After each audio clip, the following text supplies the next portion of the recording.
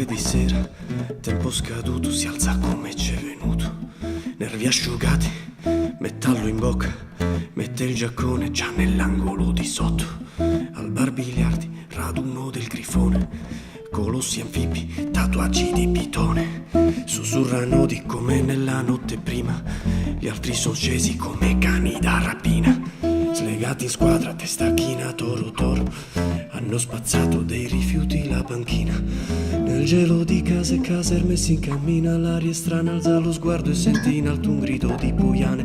Il freddo lo trapassa addosso, smazza un grammo a lungo il passo, il tipo aspetta dietro il ponte senza fretta.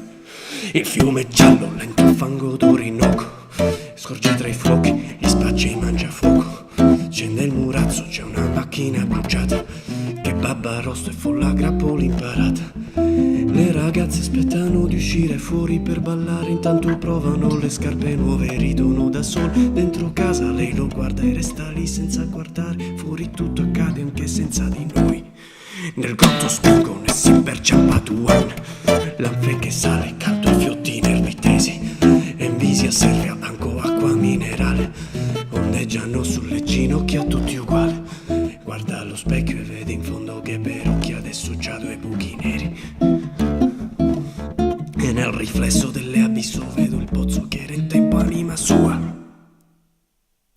Batte una sigaretta, rollo una cartina, mentre da dietro Chiolle il rosso si avvicina.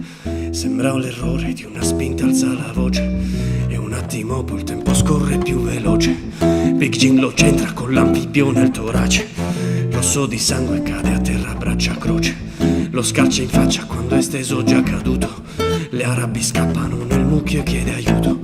Parte per sbaglio il colpo e fa come un rumore di petardo nel festino. S'alza lento il volo del grande tacchino, chiude gli occhi e si avvicina, sempre più vicina. L'ombra lo copre sull'asfalto senza fiato.